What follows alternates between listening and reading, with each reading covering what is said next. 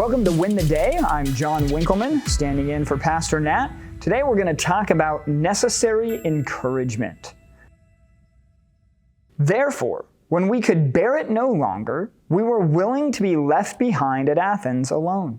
And we sent Timothy, our brother and God's co-worker in the gospel of Christ, to establish and exhort you in your faith, that no one be moved by these afflictions, for you yourselves know that we are destined for this.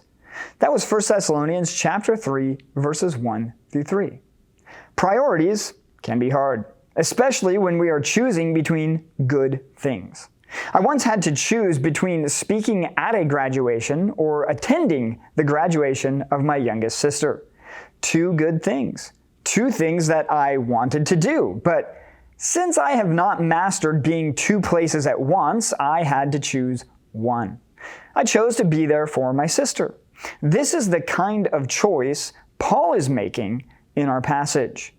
Paul could keep Timothy with him. That would be the best thing for Paul, or he could send Timothy to the Thessalonians. Our passage tells us how Paul chose. Because of how much the Thessalonian church meant to Paul, and because of the trials they were facing, Paul made a very difficult decision. Listen again to how Paul words verse 1.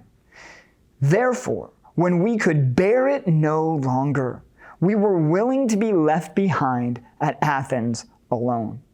Paul couldn't bear the thought of the Thessalonians facing their trials alone. He was willing to be left without help if that meant that the believers in Thessalonica could have spiritual care from Timothy. Verses like this make us ask ourselves, am I willing to sacrifice my own comfort for the sake of others? Paul sent Timothy to the Thessalonians to accomplish two tasks. Task number 1, establish them. This is the Greek word sterizo, meaning establish, to confirm, strengthen, to make more marked by firm determination or resolution. Timothy helped the believers in Thessalonica be more established and strengthened in their faith. Task number 2, exhort them. Exhort means to earnestly support or encourage a response or action. Timothy helped to establish them in their faith and then encouraged them to live it out. Verse 3 tells us why this is necessary. That no one be moved by these afflictions, for you yourselves know that we are destined for this. The Thessalonian believers were facing persecution. Moved is the idea of being shaken, disturbed, or to cringe with fear. Affliction, suffering, and persecution are to be expected for the child of God.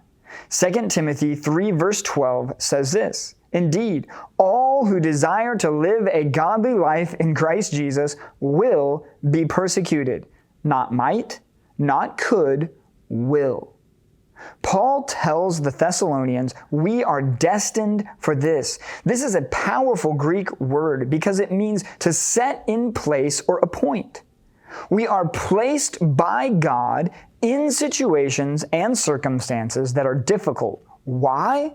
So that everyone who looks at us can see that we only endure because of Christ.